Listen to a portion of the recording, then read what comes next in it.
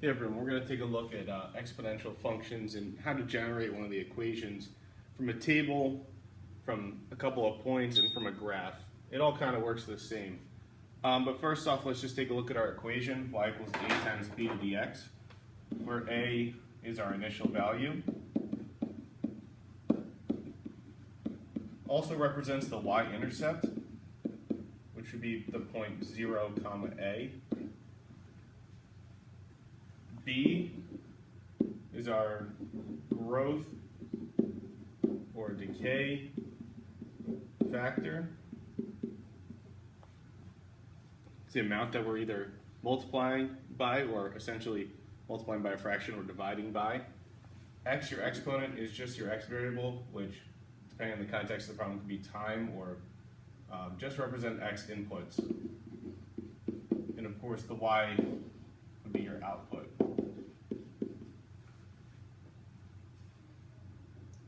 Don't forget about asymptotes as you look at this graph of these functions.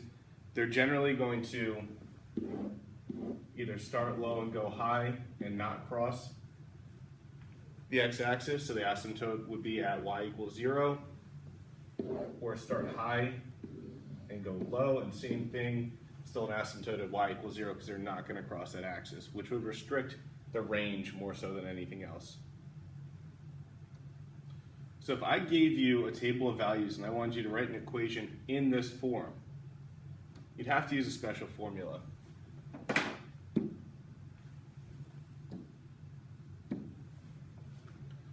So if you're just going up by 1 in your x values, or at any point you're going up by 1, all you have to do to find your b is y2 divided by y1. So you pick any two coordinates on your table. I'll call this x1, y1, x2, y2. And if I just divide these two numbers, I'll get my growth or decay factor. So in my equation now, b equals 2. My initial value, like I said before, the a value is my y-intercept when x is 0. If you don't have that, you have to work to it.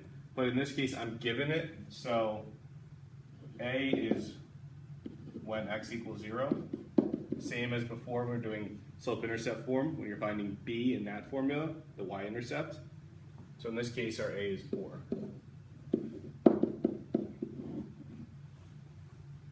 And that's our equation. So it's pretty easy when our table goes up by 1. However, when we do not go up by 1, it's a little more complicated. So for example, if we look at, say, this table right here, -2, 0, and 3 are the only numbers that we're given, we have to use a special formula. To find b, we take the x2 minus x1 root, so that becomes the index of our square root or cube root, whatever it might be, and you'll see me do that in a second, it's really not as hard as it appears, of y2 divided by y1. So for this, I like to choose the ones that are fairly close together, or I like to choose positive numbers because they're easier to work with.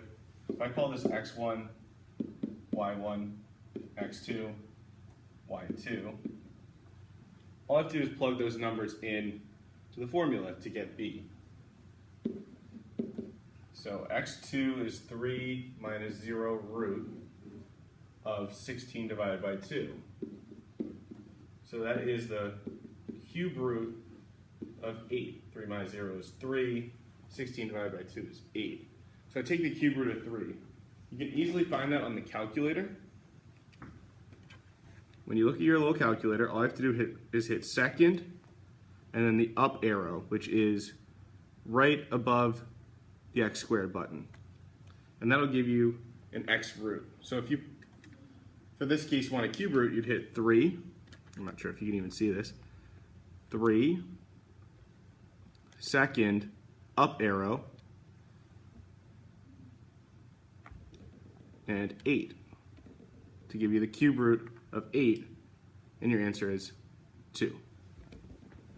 So then in this case, your b is 2.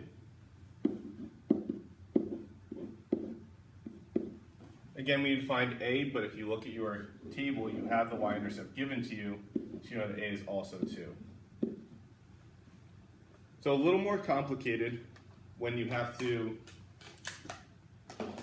find the equation for an exponential function where your table is not increasing by 1.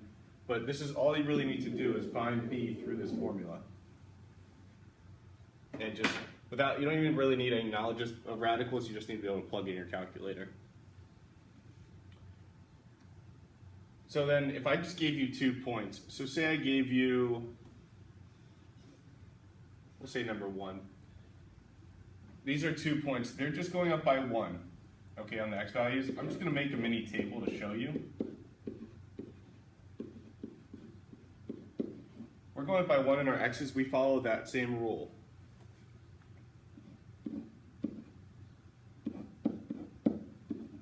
To find b, we just divide y2 by y1. Notice that y2 corresponds with a higher x value, so as you go down your table to higher x values, you start labeling with higher sub numbers. So like this is x1, this is x2.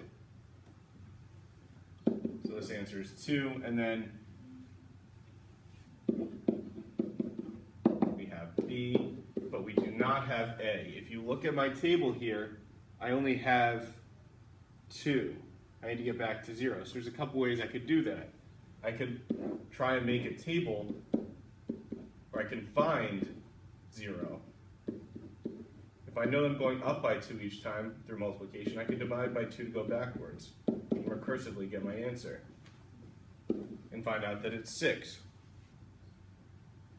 Alternatively, I could use algebra. I could use either the formula for b and go back in, or I could attempt to plug in 0 for x and determine to find an answer. For me, this is the easiest way to do it. You'll see the other way in class. This is the easiest way to do it though. Just count back on your table. The only time that won't work is if your first coordinate is way out there. So if your x value were like 10 or 15 and you have to count back forever and ever and ever, and I'll show you another way to do it in class. Last situation, say you're given a graph. It's actually the same scenario. You just need to pick off 2 points. Conveniently, we have our y-intercept, and we have another point at 120. So we're going up by 1 again, so it should be pretty easy to do. We know our y-intercept's 100, so we can put that right in for a.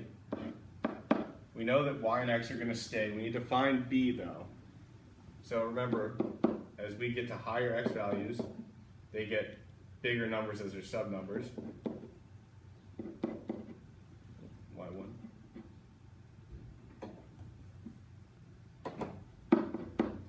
So for this, y2 divided by y1 for b ends up being 20 over 100, which is going to simplify to 1/5.